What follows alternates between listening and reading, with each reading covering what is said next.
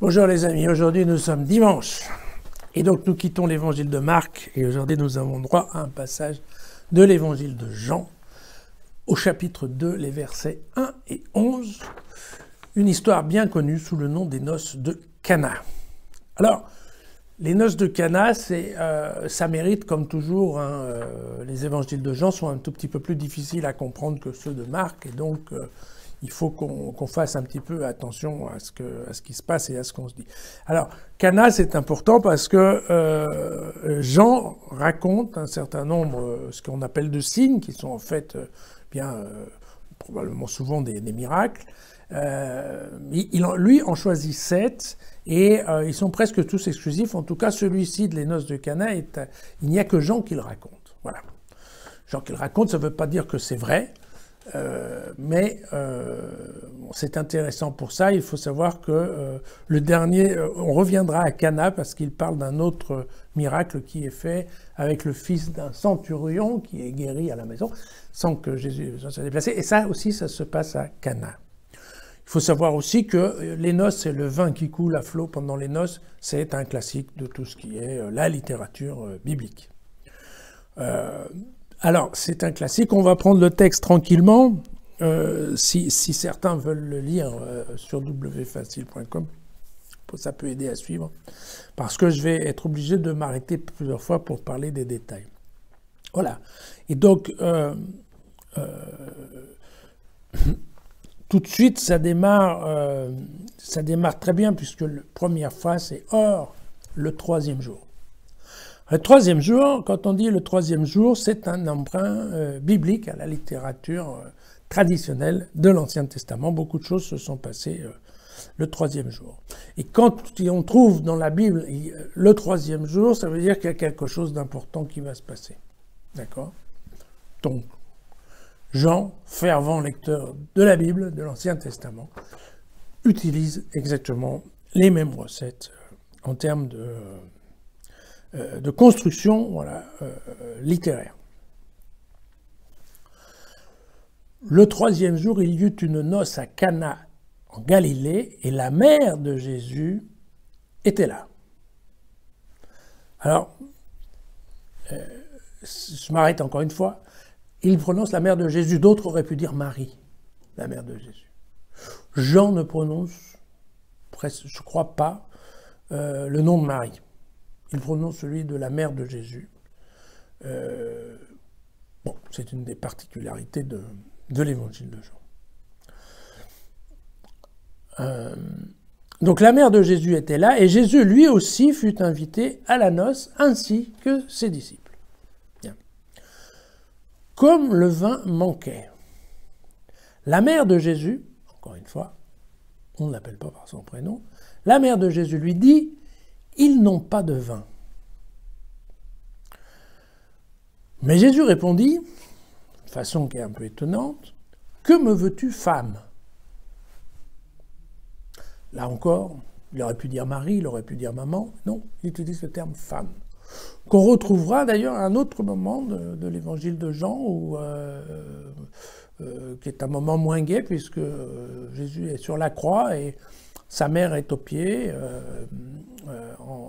en Mater Dolorosa, et vous savez que Jean est là et il dit à sa mère: « Femme, voici ton fils ».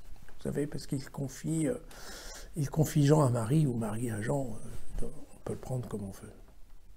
Et donc Jésus répond: « Que me veux-tu, femme? Mon heure n'est pas encore venue. » Alors évidemment c'est incompréhensible, mais ça fait partie du côté poétique, mystique de Jean. Sa mère dit au serviteur: « Quoi qu'il vous dise, faites-le. » C'est-à-dire qu'en fait, Marie répond exactement comme si Jésus n'avait absolument pas rouspété, en fait. Non, ne vous inquiétez pas, ça va bien se passer.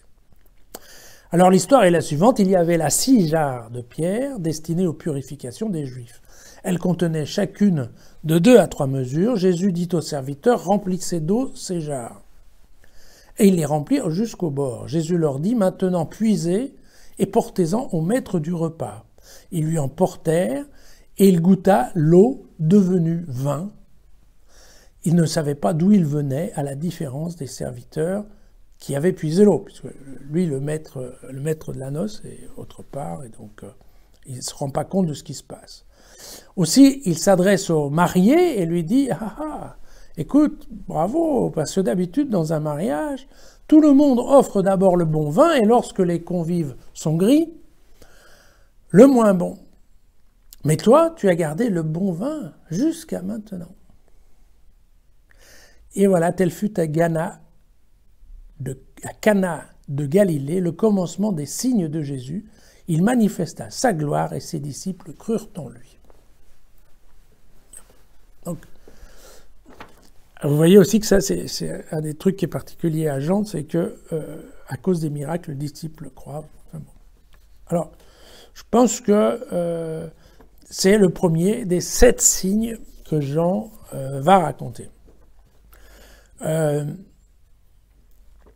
Alors, concernant les signes de Jean l'évangéliste, il faut savoir qu'ils sont tous construits sur le même schéma littéraire. Quel est le schéma littéraire? Quelqu'un demande à Jésus en fait de faire quelque chose. Jésus paraît refuser. Et vous avez vu? Femme, que me veux-tu? Mon heure n'est pas venue. Ensuite, la personne qui a demandé fait une démonstration de sa foi en Dieu, n'est-ce pas? Et c'est exactement ce que fait Marie en disant au serviteur, faites ce qu'il vous dit. Elle, Marie, a la foi en Dieu. Elle démontre qu'effectivement, elle ne se préoccupe pas. Et donc, à la fin, ça se passe, le miracle s'accomplit, si vous voulez, même parfois un peu en mieux, quoi. Donc, voilà. Et tous les signes qu'on va voir dans l'évangile de Jean sont tous construits sur ce système. Une demande, première réaction, je râle, la personne insiste sur la partie de sa foi en Dieu, et à ce moment-là, Jésus fait le miracle et ça marche. Donc, encore une fois, c'est une mécanique littéraire.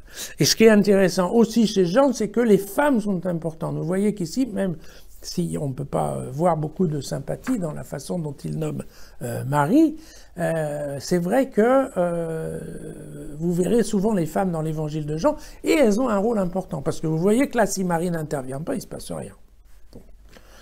Alors, évidemment, le truc qu'il faut se rendre compte, c'est que quand on dit que ça marche bien, c'est que ça marche en surabondance.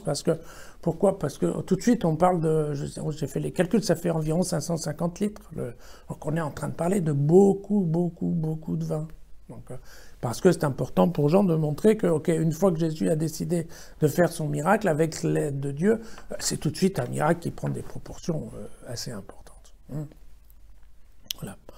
Et il va de soi aussi que, comme dans tous les évangiles de Jean, mais c'est vrai aussi pour Marc, il y a toujours donc le message qui vient derrière. Et le message qui vient derrière, dans ce cas-là, c'est que, bien entendu, c'est le passage en fait de ces récipients, de ces bacs. On nous dit n'est-ce pas, des bacs qui servent pour faire les ablutions des Juifs.